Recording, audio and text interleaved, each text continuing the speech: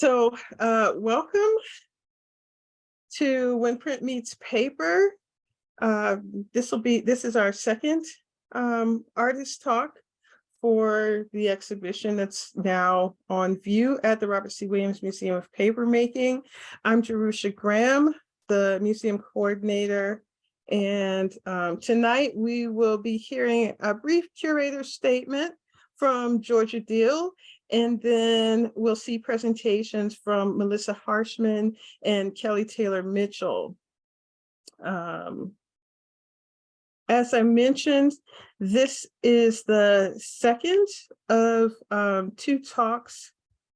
The first was on January 1st, and if you missed that talk, it's available online at the www.paper.gatech.edu, along with other talks and lectures that we've done virtually. So if you want to catch up on all of what's been going on at the Paper Museum.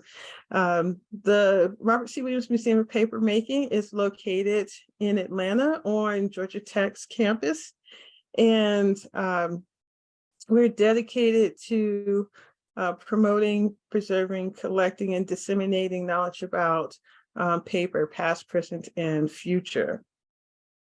So I'm going to get started by introducing both our curator and both our speakers, and then I'm going to pass it over to Georgia Deal. So our speakers tonight are Kelly Taylor Mitchell. She's an artist and educator who lives and works in Atlanta, Georgia, where she's currently a 2023-24 Midtown Alliance Heart of the Arts Artist in Residence and an assistant professor of art and visual culture at Spelman College. Kelly's multidisciplinary practice centers oral history and ancestral memory, real and imagined, woven into fabric of the Africana diaspora. Her work is deeply invested in labor-intensive making, slowness, and homespun passed-down processes. Rememory, the act of recalling the forgotten, as authored by Toni Morrison, functions as a medium in her work in tandem with printmaking, papermaking, performance, book arts, and textiles. Current work stems from ancestral origin points in the American South, specifically the Great Dismal Swamps of North Carolina and Virginia, Mitchell Place, Garysburg, North Carolina, Nansemond, and Wapimac land, the Geese Bend and Boykin, Alabama, Muskogee land. And Kelly's practices reference the constructs, mythologies that find their roots in marriage, Sankofa, masquerade, and protective gestures of the diaspora. Kelly is a 2022 Atlanta Arcadia awardee, a 2021-22 SMFA at Tufts Traveling Fellow, the 2022 inaugural Spelman College Affiliate Fellow at the American Academy in Rome, and a 2020-21 Working Artist Project Fellow at the Museum of Contemporary Art, Georgia. Her work can be found in collections, publications, and exhibitions nationally. Melissa Harshman received her MFA from the University of Wisconsin-Madison. She has taught at the Lamar Dodd School of Art since 1993. Harshman has exhibited widely throughout the United States and abroad. She was awarded a University of Georgia Senior Faculty Research Grant in 2019 titled Explorations in Papermaking. She is one of the inaugural Art Lab Fellowship recipients from the University of Georgia for 2022-23, focusing on papermaking wall installations.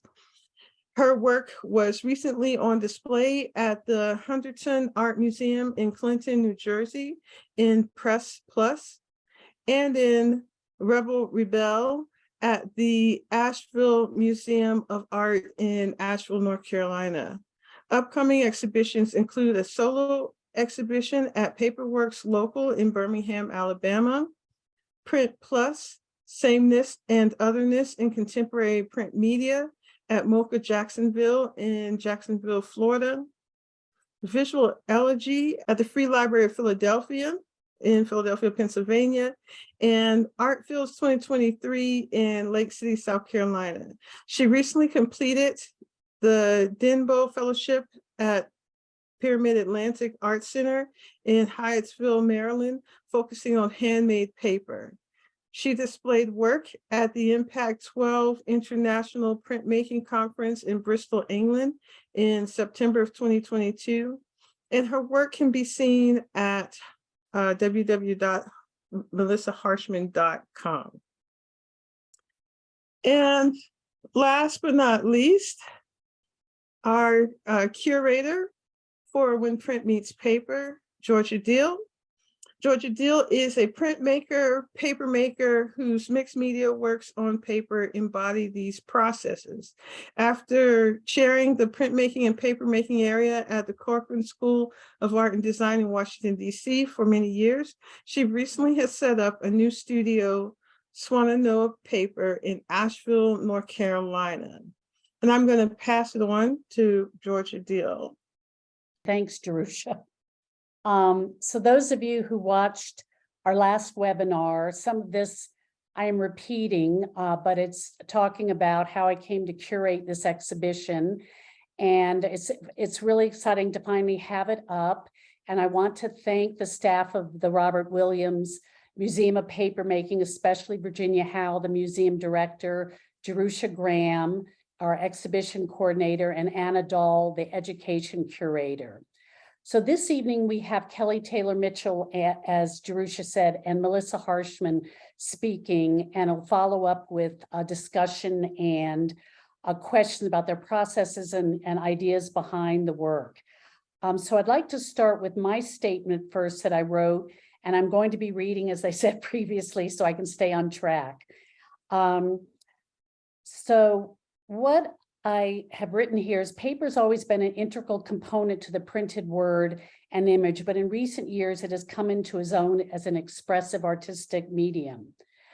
As noted in the foreword to the exhibition at the International Print Center, Paper Print, American Hand Papermaking, 1960 to today, Judy Hecker wrote that paper has become, quote, the longtime silent partner has been the longtime silent partner to printmaking, and curator Susan Gosen and Mina Takahashi noting that the rich cross-pollination that occurred between papermaking and printmaking in post-war United States has come about.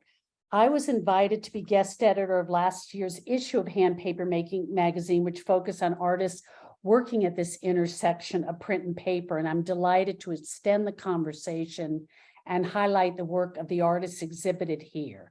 So as you might know, the show includes the work of Melissa Harshman, Kelly Taylor Mitchell, Marilyn Propp, who spoke last webinar, Gretchen Schemmerhorn, and myself. And each artist approaches this marriage of paper and print in unique ways, I felt, some coming from the lexicon of print processes and others from a primary focus and love of hand papermaking. So it can be argued that a commonality connects all of us here with the origins of printmaking historically addressing social, political, and narrative themes. Melissa Harshman uses images of nature as a metaphor for cycles of decomposition, death, and rebirth. Kelly Taylor Mitchell's work centers on orality and ancestral memory, both real and imagined, and is woven into the fabric of the African diaspora, as Jerusha just spoke of. Marilyn Propp's large circular pieces address a concern for environmentally destructive practices. And similarly, Gretchen Schemmerhorn's mixed media work is an investigation into man's relationship with our natural environment. And I hope you'll get to come by the museum at some point if you're in Atlanta. It's up through April, and see these works in person. And definitely hope you'll have have the opportunity to come to the reception on March 17th in Atlanta. So on that, I would like to hand it over to tonight's speakers. And we'll start with Melissa Harshman. So thank you all, and look forward to your questions at the end of this all. Okay, so I want to also thank the Robert C. Williams Papermaking Museum for hosting the show, these talks, the workshops, and of course to Georgia Deal for organizing this in the first place and inviting me to participate with these amazing artists. And of course to Virginia and to Anna and to Jerusha and to Maya for coordinating all these talks and events that are going on. So thank you to everyone for making this all happen. So I titled my talk, My Journey to Papermaking, because for years, I've been primarily working in printmaking, although I did do papermaking decades ago, probably I think it was like 1988. I was living in Boston and I took a 2-week papermaking workshop from Carriage House Papermaking when it was in Massachusetts. And we did everything from Eastern papermaking, Western papermaking, pulp painting, sculptural paper, all this sort of stuff. And in fact, I think it was Donna Koretsky at the time. I was really excited with what she was doing with flax paper and these sculptural ways. And so that really primed me to go to grad school at University of Wisconsin in Madison, where I took papermaking and book arts with Walter Hamady, and really thought that I was going to focus on making books. It just so happened that I ended up veering more towards focusing on printmaking. And then when I got to the University of Georgia, continued that route. So I thought I would show you a few of my prints to show you how they inform what I've been doing in paper making. So about 6 years ago, I started using flower imagery in my work as metaphors for feelings, for experiences that I'd had. And as you can see in this piece, I'm taking like a small linoleum block and printing it over and over again in different colors to create these different pieces. So if you look at the detail shot, you can see that each flower is also then stitched and then stitched together to create this piece that I called a long spring.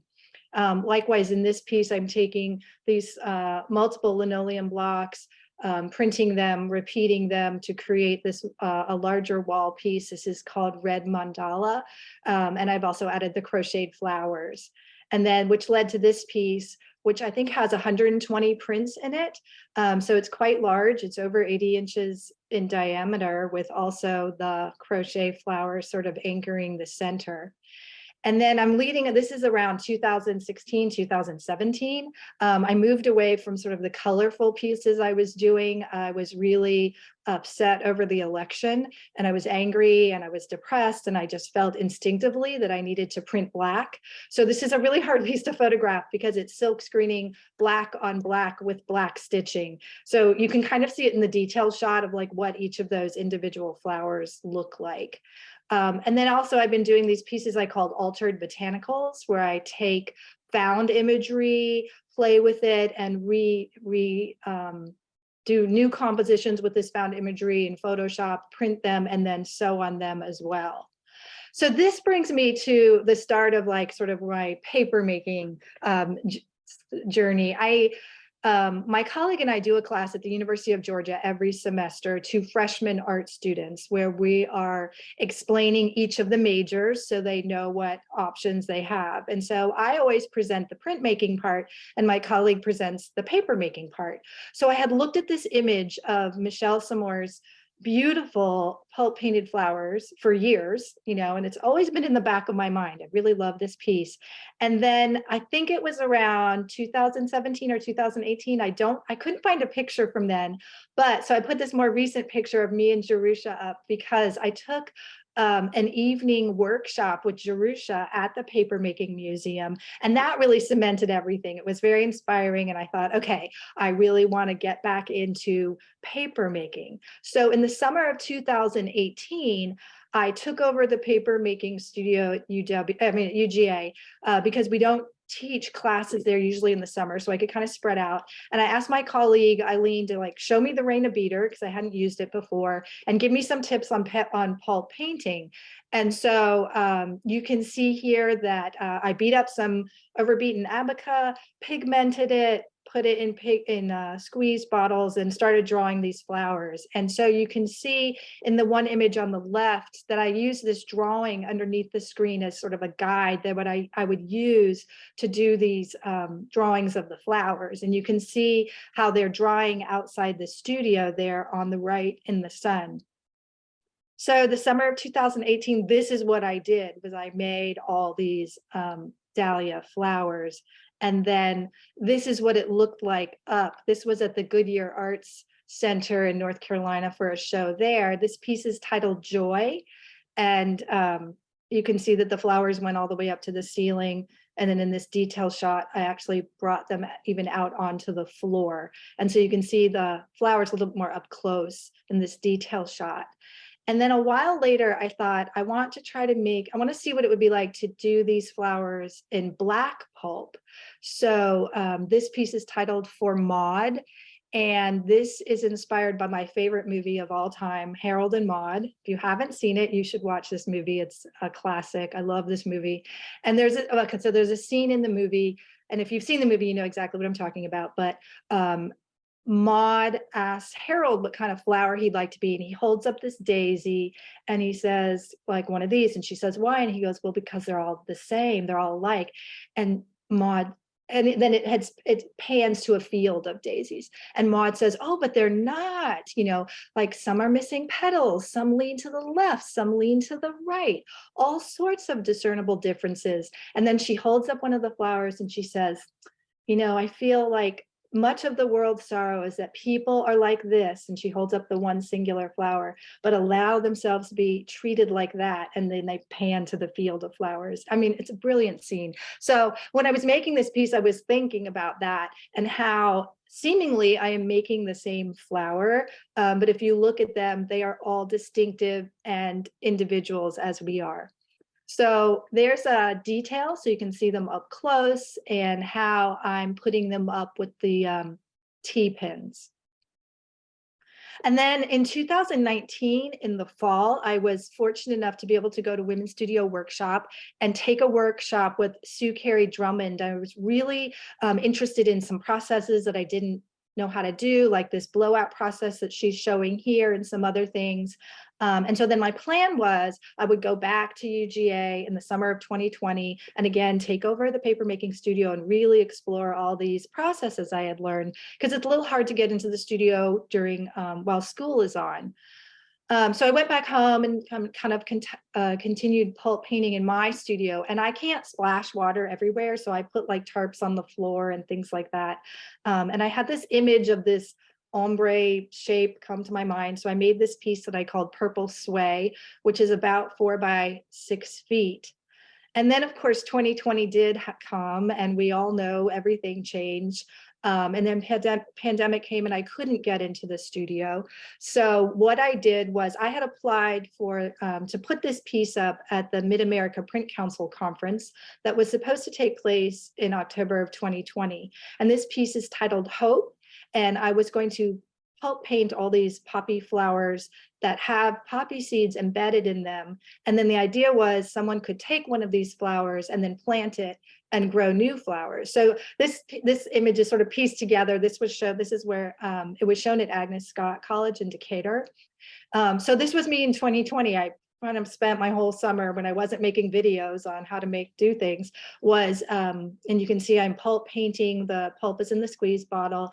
And you can see I'm working on screens still. And in my studio, I put the screens in a large tray, and that captures all the water. And then you can see the screens drying on my front yard. And somebody said it looked like I was baking like dozens of cookies. And it kind of felt like that because I made over 2,000 flowers that summer.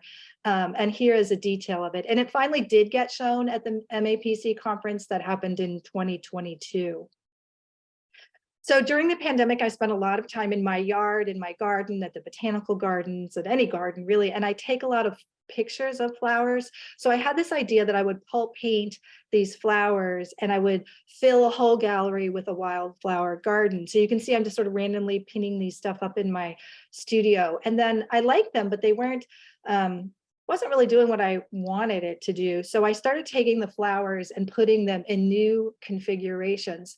So this one called Liriope is about 6 feet tall. And I really enjoyed sort of making these images that are a little more unexpected.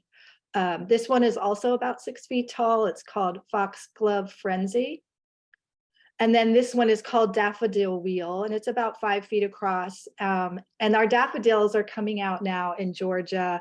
And I love daffodils, so it was really fun to kind of photograph all these different types of daffodils that we have here, and make this piece. So I'm moving into I guess 2021 around with these pieces. And then in the fall of 2021, my dad passed away, and that changed everything in my life. And I wasn't in the studio for quite some time, but I finally did get back into the studio then in the summer of 2022. And so I could start using these blowout processes. So I started using this image of the white chrysanthemum, and moved away from the colorful work I was doing. And white chrysanthemums are often used at funerals.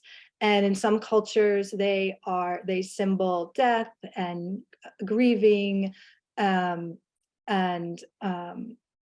memory, and loss, different things that I was feeling. So it felt appropriate to be using this flower. So I started doing the blowout process I had learned, and creating these pieces of the cotton on abaca paper with these holes in them, which then became this piece called Lost Spaces. And one thing I love about working with the abaca is it's seemingly so fragile, it almost feels like, but then it's also really strong. And I love that metaphor that I was thinking of. And I also love the translucency. So in these detail shots, you can see I love these overlapping moments where new spaces and tones and areas are created when the paper overlaps.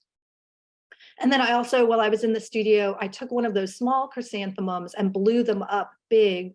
And I wanted to, so this piece is called White Chrysanthemum. And again, it's using the blowout process with cotton on abaca. And then each section of this piece, each one of those pieces of paper is 11 by 14. So the piece is 55 by 77. So it's a larger piece. And then when Georgia invited me to be in the show, that was the other thing I was thinking about in 2022. All my paper making work was really just paper. And of course, the show is titled When Print Meets Paper. So I was thinking, all right, so what work am I going to make for this show? And I was with my dad when he passed, and I was with him when he took his last breath. And it was such a poignant, deep moment for me. And so I still think about that a lot. And so I had this image come into my mind, this little drawing I did of the flowers that I was doing connected with these lines that really visually felt like a representation of that space, that moment of where there is breath and then there is not breath, or there is life and then there is not life, and that like cycle of like fragility and strength. So there was a lot of metaphors that were coming into my mind when I was thinking about this piece. And so, these abaca lines that are connecting the flowers are very delicate, but then they're also very strong at the same time. So it felt like an appropriate metaphor for what I was thinking about. So this is one of the pieces called Between the Spaces that's in the show. And then the other piece that I did is called 89 Years. And these are all pulp painted abaca sheets of paper. And my father was 89 when he passed away. And then it just so happens that my mother passed away this year, and she was also 89. So even though when I made these pieces, I was thinking about my dad, it actually is now kind of a tribute to both of them. But this is the other piece that was in the show. And so in this detail, you can see that one of the things I love is that like each of the pieces of paper is quite different. There are different shades, there are different textures, translucencies. And I have to say, from a printmaker's standpoint, where in printmaking, my paper had to be perfect and printing had to be perfect. I've come to embrace the little idiosyncrasies that happens in paper making, the imperfect edges and the little crinkles that might happen. And I actually now really enjoy them. And I thought for this piece, since each of these circles was representing a year of my dad's life, it seemed very appropriate that they weren't perfect, because none of our lives are perfect. It's a little messy. It can be a little crinkly. So I really loved how that turned out. And then with the screen printed white chrysanthemums on them. So this is the other piece that's in the show.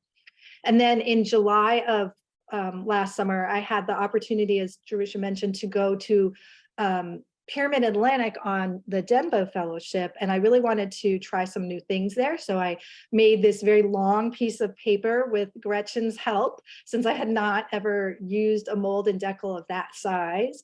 And I worked a little bit more with the blowout process to make this piece called Inside Out. And then another thing that I really wanted to play with while I was at Pyramid Atlantic was pulp painting using linen, because I had never used linen before in paper making. And one of the things I loved about this one on the left is it sort of looks like a smoky aqua tint almost to me. And so I brought some different stencils, and I was just really, these are just like playing with linen pulp on cotton paper. So these were just experiments that I wanted to see what would happen with these two fibers. And then when I got home, I was looking at this stack of sheets of paper. These were sort of my rejects from 89 years that didn't make the cut of being good enough to be in the piece, but I didn't know what to do with them. And I didn't want to throw them away. So I thought, well, I'm going to try printing these chrysanthemum monotypes on them. And I really liked the way they looked in this subtle color. And if you look at them up closely, again, this is called Whispers of Skin, and it has that sort of skin parchment-like feel to them, which I really enjoyed. And this brings me to what I've been working on recently. This piece started on August 21st of 2022, and that was the 1-year anniversary of when my father passed away. And I thought, turning even more introspective, I was going to make a piece of paper every day based, and the color of the paper would be based on my mood that day. So these sheets of paper are 9.5 inches in diameter. And so I call this piece Mood Ring, because it's sort of like, those mood rings you used to wear, and it would turn different colors, supposedly depending on your mood. So my goal is to do this for a year, and hopefully at the end of the year, show it in its entirety. But this is the piece that will be shown at Art Fields in South Carolina in April. And you see 48 of them here. I've made a little over 150 of them so far, and I'll show as many as I have space to show in Art Fields. So just a couple details of what these sheets of paper look like. And that brings me to the end of my talk. So I want to thank everyone again for tuning in and for listening. I'm very easy to find on social media. It's just Melissa Harshman on Instagram, and melissaharshman.com is my website if you'd like to see more images. So thank you all for tuning in, and I will turn it over to Kelly. Thank you, Melissa. Melissa, that was incredible. Thank you so much. I just really valued the vulnerability of the work and your sharing, so thank you. And it was also exciting to see the intersections. I think our work shares in print and sewing and paper intersecting, so that was exciting to be reminded about as well. And also, of course, thank you to the Robert C. Williams Museum of Papermaking for hosting this incredible exhibition. I'm teaching at Spelman College, and I've already had a group of students over to the museum, so that is an incredible treat. And thank you to Georgia for curating this show and offering this generous invitation to show alongside these fantastic artists. And Jerusha and the whole museum crew for organizing this event and workshops and openings and all of these lovely things. So I am going to share with you a little bit about the work in the show right now at Robert C. Williams Museum, but I'm also going to try to contextualize that by giving you a little insight into my practice. I'm very much an interdisciplinary artist, working across print, paper, performance, textiles. So I'm leaving a good amount of things out, but I hope I can give you a window that supports what you're going to see when you head to the museum. First, I want to talk about this idea of ancestor worship, spiritual technologies, and protective gestures of the Africana diaspora that ground my work. You're going to see a few slides of archival family photos. My work is really deeply rooted in orality and ancestral memory. And if you recall, the excerpt from my artist statement that Jerusha and Georgia shared, this idea of ancestral memory can be imagined as much as it can be real.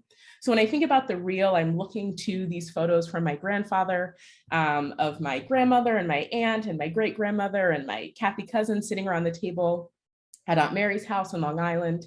But then I'm also imagining the things that I don't have access to, right? The stories that were never shared, the things that can't be found in archives. And that first image that you saw is of the Great Dismal Swamp, which is a site that I return to frequently in my work and is incredibly important to the history and story of my family. So here you're seeing Mitchell Place, which is located about 30 minutes outside of the Great Dismal Swamp, which is the largest swampland in the United States, with a history of marronage specifically. Marronage being the history of enslaved people and indigenous people creating autonomous community that has, of course, economy, spirituality, joy, celebration, challenges, all those things community has. And my family still runs and operates Mitchell Place, where they have a history of being peanut farmers in Gettysburg, North Carolina. So you're seeing here my grandfather in the very loud and wonderful Hawaiian shirt, and all of his siblings there on that same front porch. So in my work, I really like to think about this idea of a generative practice, which is also how I come to think about printmaking and papermaking. And so that generative sort of loop and cycle that happens in my practice also includes performance, or maybe even ritual ceremony is a more appropriate word. So a lot of my work has me returning to the Great Dismal Swamp and offering these performances or ritual ceremonies. You're seeing a video still of one of those here that then feeds into other work in my practice. And this idea of sort of allowing yourself to imagine these family stories that maybe you don't have access to, or maybe you only have those initial seedlings, sort of like Melissa's poppies. Like you have that seed and you can plant it into the ground and grow this new narrative. And that framework really came from Toni Morrison and this idea of rememory. And she talks about this in Beloved and the ways in which we recall the forgotten. So you're seeing another image video still here. So offering ancestor worship, I've really learned is what my practice is. It is a tool to connect to, embody, and offer gratitude to the stories that I'm imagining and the ones that I have a more tangible access to. In that learning, that seeking and finding when it relates to family story and orality, I started to learn more about African religious spiritual tradition and the ways in which different practices of ancestor worship sort of spread around the diaspora alongside these histories of enslavement, which were intersecting with my research of the Great Dismal Swamp, where I have this paternal family tie.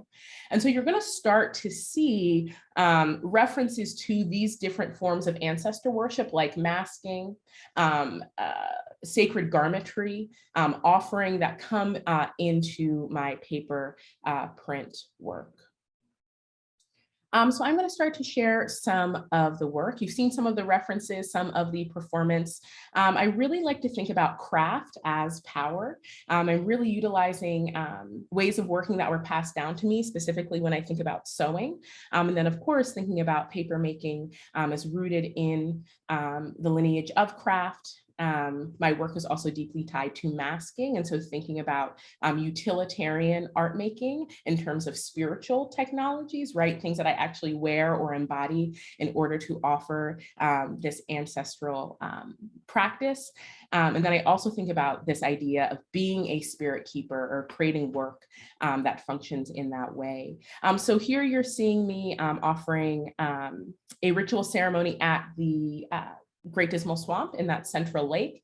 And I'm showing you this clip so that you can understand how my work exists in this generative loop. So on the left-hand side of your screen, you're seeing hand embroidered and beaded masks. So again, thinking about this idea of utilitarian or function. So this is an art object that has a very specific spiritual capacity, right? So that idea of spiritual technology. And I wanted to think about how can I make work that's rooted in these histories of ancestor worship in the diaspora and in my everyday life, but also invite other people who don't have those histories or relationships into this work. And that's what led me to papermaking. So I started to look to handmade paper to sort of reflect these masks. And I also realized when I was invited to be in this show by Georgia, I was thinking about how printmaking operates in my practice beyond, standing behind the press and running, prints through your Vandercook. I'm definitely a letterpress printmaker, so I'm typically working on Vandercooks. But I realized my masks also serve as matrices.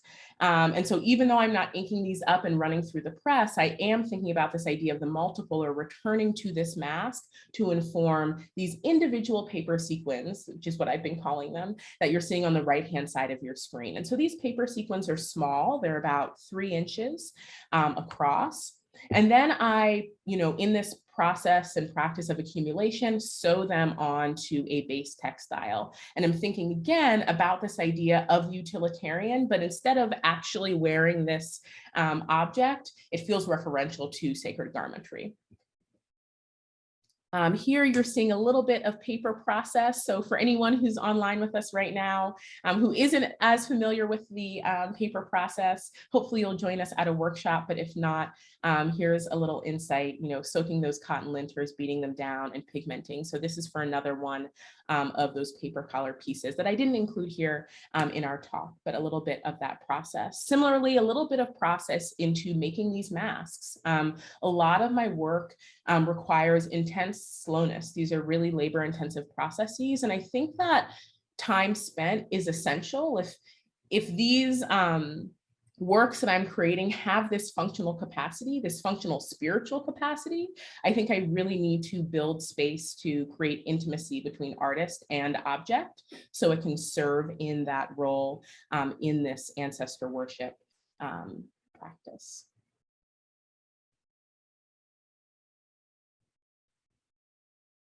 As you are starting to see, like many artists, and I'm sure all of the artists in this show, my work is in conversation, as you've seen with Baba Ifa or Toni Morrison, in this case, a Robert Hayden poem, thinking about this idea of watchers of the moon and planting seeds is a through line in a lot of my work, and it's a poem I return to frequently.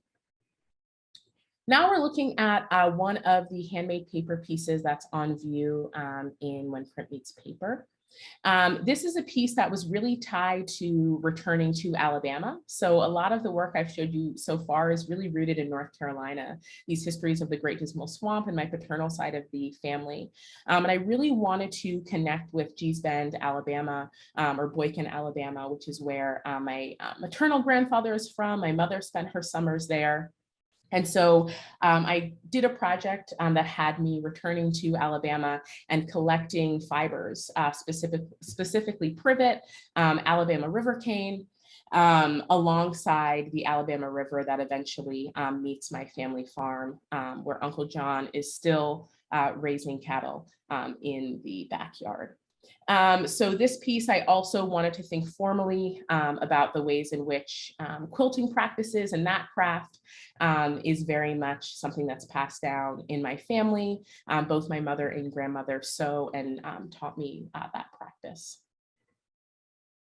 Finally, I have 2 artist books in the show at the museum right now. And I really think about artist books as sort of love letters to my work, because they are all homes for poetry, original poetry.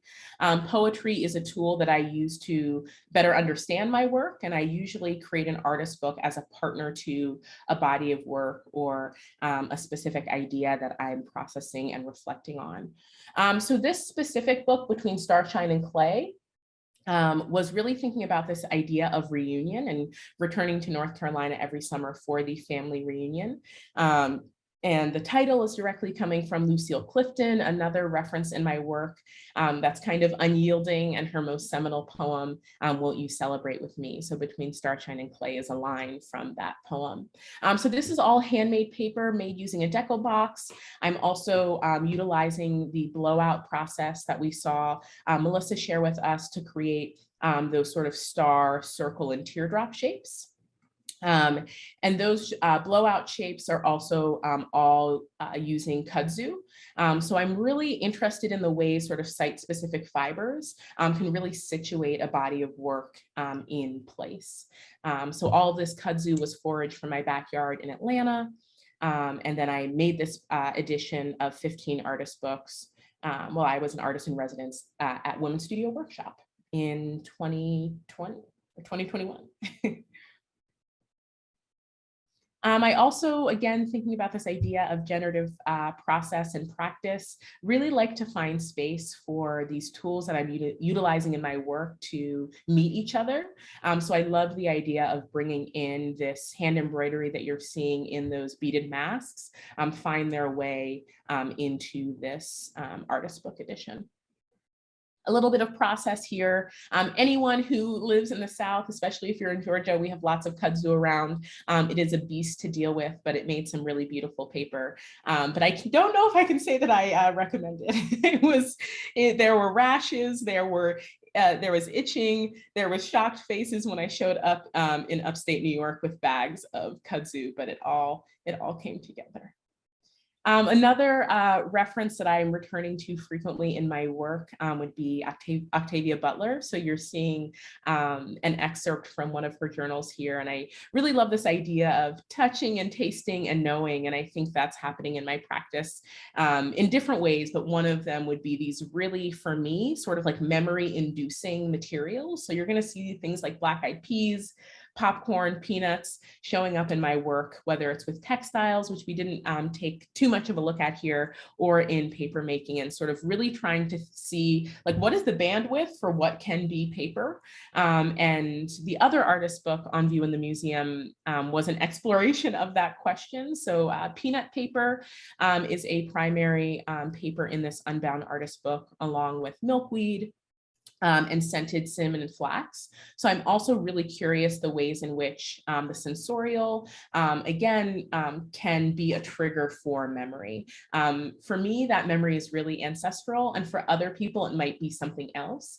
But I really am excited about finding these avenues for the work to start in this really intimate, vulnerable space, but still have room for other people to find themselves and their stories in that work. And I think these different sensorial triggers offer that channel. Something I'm working on now that I'm excited about that I'll close with is some Sapelo Island Spanish moss. I've really been wanting to make handmade paper with Spanish moss. So I was able to work with someone on campus to collect some Spanish moss with another project that's happening. And I've been using it to create some handmade paper that's going to soon, fingers crossed, manifest as a new artist book edition. So I hope that is a exciting insight. I'm really looking forward to questions, being in conversation with Melissa and Georgia, Jerusha, and of course, all of you joining us tonight. So thank you so much. Thank you. So again, I'd just like to encourage folks to put their questions in the Q&A. It really helps us out for you to put it in the Q&A versus in the chat. It makes it easier for us to find. There's 2 questions in there already. One One says they're curious how were how were your Pope painted flowers in the Hope exhibit affixed to the wall, Alyssa? Well, when I first put it up in my studio, I just taped them to the wall actually.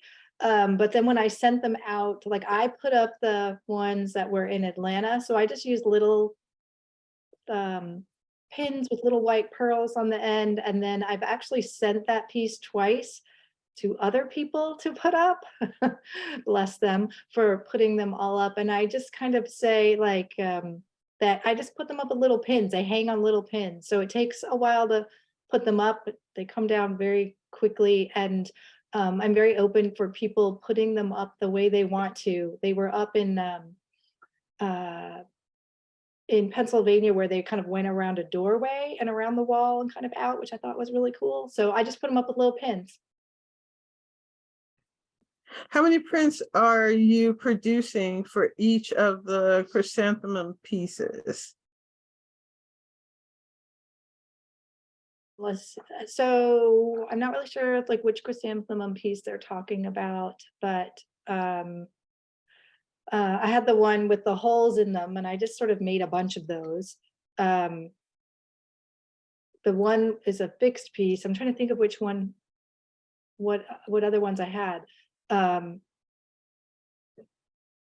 general, do you have like a kind of general, like Well, 50, 100? numbers are really important. Like, I wanted to make 89 specific ones for the show representing, the 89 years of my dad's life. But the ones where I just was going in there, I actually didn't have a specific number in mind. I just made a lot. I just kept making them. Until I decided I would make something big. So I didn't have a really specific number in mind. And I still have some that weren't on the wall. I have extra ones. So that piece could actually be bigger. That's just how big my studio wall is. And my studio wall is not that big. So it could actually be bigger. But I didn't have a specific number for that one. I just had like lots of time and just kept doing it. Really, it's the honest answer. This is for Kelly. They're curious about whether the mask can be seen through and want to know more about what was happening during the ritual in the water. How did your family interact with the swamp? Sure, thank you for the question. So the masks can all be seen through. So of course you can't see my face, but I can see out. I'm looking through sequins, which is actually a really beautiful visual experience because everything is colorful and bright. But I do like that lack of knowing, right? Or sort of like playing with the gaze of this assumption that you assume that I can't see, but I can. Of course, I have like limited visual capacity, but I can see. And so the ritual that was happening was really about this idea of sort of bathing or being immersed in this water body, which is the central water at the swamp.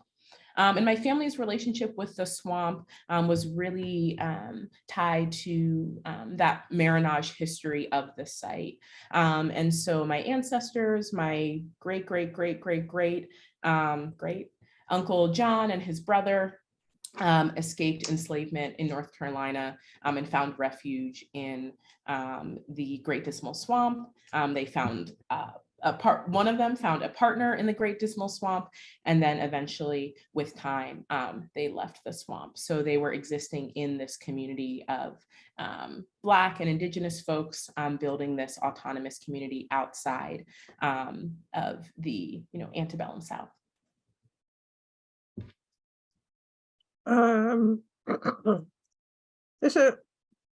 They'd like to also know about your connection to Gee's Bend. Sure. My grandfather on my mother's side is from Gee's Bend, Alabama, or Boykin, Alabama. And my mother grew up spending the summers there. And growing up, I was very much rooted in my dad's side of the family, going to North Carolina and Mitchell Place that you saw in the presentation almost every summer, and having stronger relationships and knowledge about that side of the family.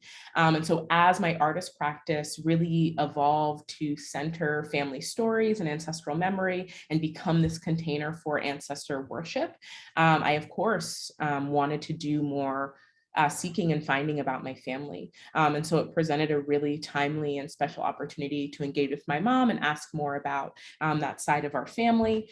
And recently, I think 2 years ago was maybe 1 year ago now, a year and a half was the first time I went to Gee's Bend. I went with my uncle Richie to visit my uncle John. And so that's a relationship that I'm still learning. There were a couple of people who wanted to know about the blowout process. Melissa, you had shown shots of doing the workshop. Can you explain that process? Sure. So the way Sue Carey did it and the way I've done it was, I actually have a little video on it somewhere. So if you look on Instagram, you might be able to see it in action. But so you are pulling a sheet of paper, as I think that there might have been in Kelly's film, maybe showing her kind of, with a mold and decal pulling pulp. And then what I'd had was, in that picture I showed of Sue Carey, that she had these cut stencils. Like I just cut out the flowers out of, I have a Cricut machine and I just had them cut these little flower stencils, and you lay that on the pulp. And then, I'm forgetting, you'll help me out, the little nozzle, the frogget. Frogget nozzle.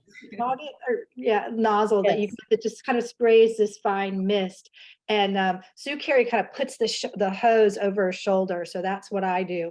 And you have the spray going down over the screen that has the Mylar on it.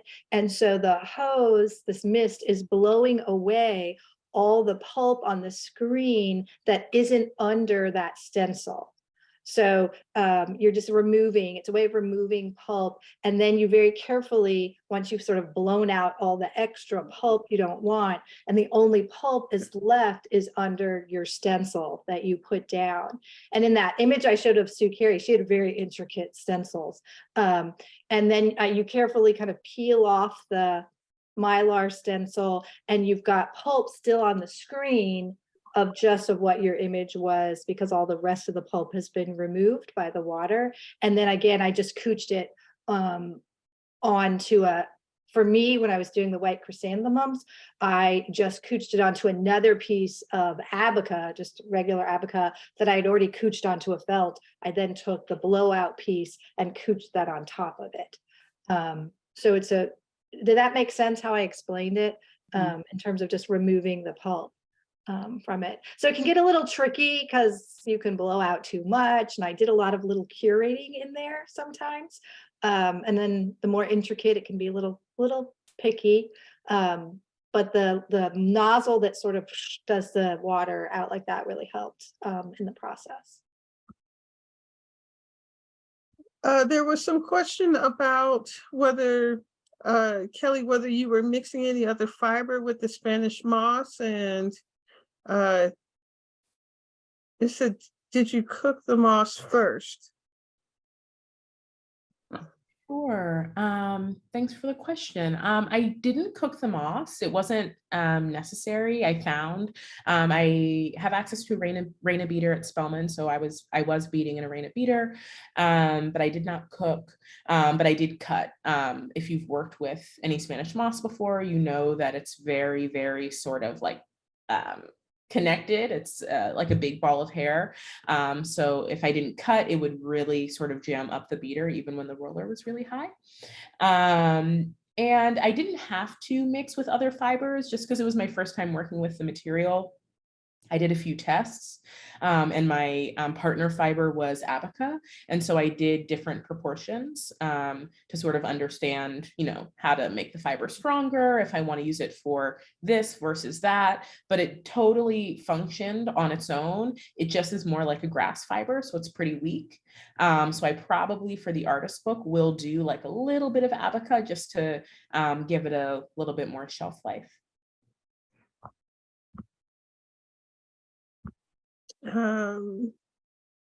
Let's see. So this question is for both of you all. How do you know when a piece is done?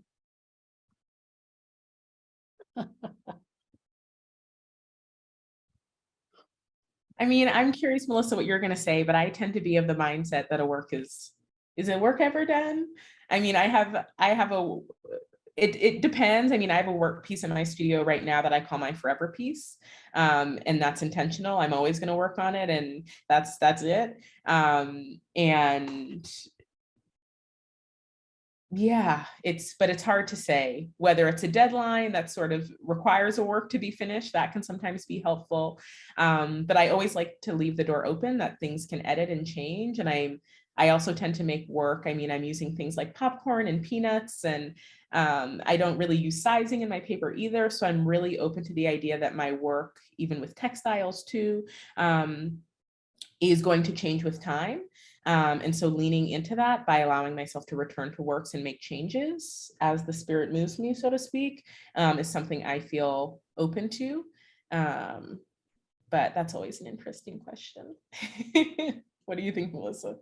Well, for me, a couple of those pieces, they had kind of built-in time limits that I knew I was gonna make 89 sheets of paper. And so like the word I'm working on now will be 365 because I said it would be a year long. But I think you're right, Kelly, like some things are just sort of open-ended. And especially if you're working sort of intuitively, sometimes in a collage fashion, how you might be working, that sometimes you think it's done and then you do one more step and you're like, whoops, wish I could take that back, or then you gotta keep working on it.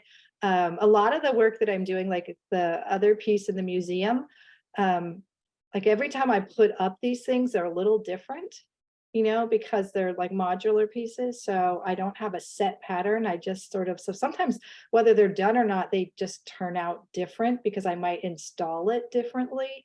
But I think sometimes that's an intuitive thing when you think something's done, unless you have this like exact vision of what the piece is going to be. I think you're right. Sometimes it's a little more open-ended or trusting your instincts. And then sometimes I've come back to pieces that I thought were done and I'm like, that's not done.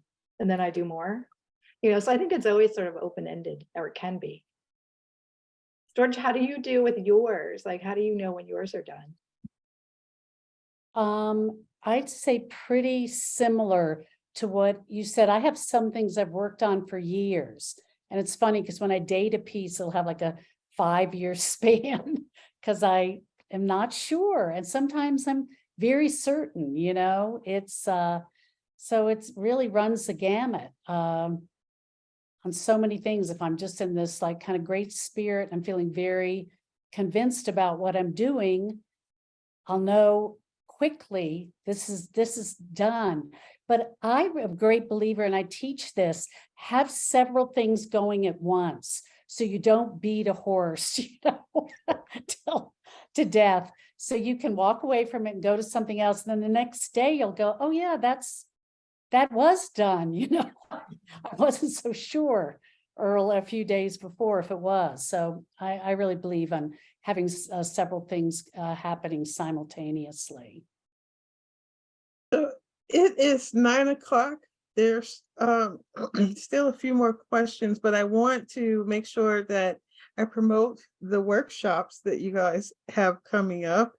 So this week, Saturday, Melissa will be doing a workshop on freeform pulp painting, as you saw in her presentation. On Saturday, March 18th, Georgia will be doing a pulp transfer, showing a pulp transfer technique. And on Wednesday, April 12th, Kelly will be teaching paper assemblage.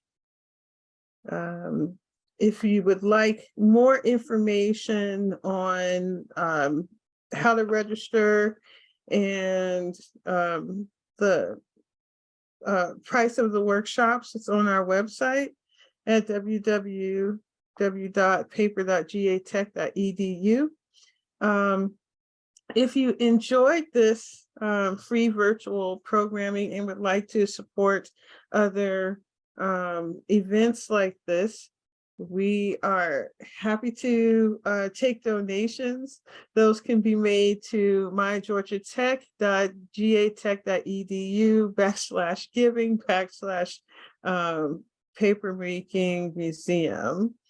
And you can find us on our what's going on our website, as well as previously recorded programs at paper.gatech.edu. We're also on Twitter, Instagram, Facebook, and Pinterest. If you would like to join our newsletter, you can contact our education curator, Anna Dahl, at anna.dahl@rbi.gatech.edu. And she can also give you information on the workshops. Thank you so much for attending this program, and thank you to Georgia for curating such a beautiful exhibition. Thank you, Melissa and Kelly, for giving us some insights into your process. And the opening. I told you that we have an opening for the exhibition on March 17th. So St. Patty's Day, if you're in the Atlanta area or willing to travel and come out and meet Melissa, Georgia, and I believe Gretchen will be attending. So you can talk to some of the artists in person, see the work in person. You know, digital never does the work justice. We'd love to see you. If you can't come then, the exhibition is up through April 21st. Thank you. 21st. April 21st. Yeah, it's an amazing show, and I really enjoyed getting to hear you all talk about your work. There's definitely interest, as I mentioned. There are several people just have questions for you guys, more questions, but I do want to be mindful of our time. So thank you. And for those who are on, I hope you'll join us for some of the other programs. Yeah. Thank you. That's good. Good night. Thank you so much. Good night. Kelly, I had one question for Sure. you, just because I'm going to need to record so we can edit the Nansemon, and because I mispronounced that. So I want, Oh, do you want me to type it in the chat? can you pronounce it for me so that I can reread that portion of your intro for Wayapima? so that we can edit it? Yeah. The Nansemon and Wayapima? Webpmac. Say it one more time for me. Wayapima?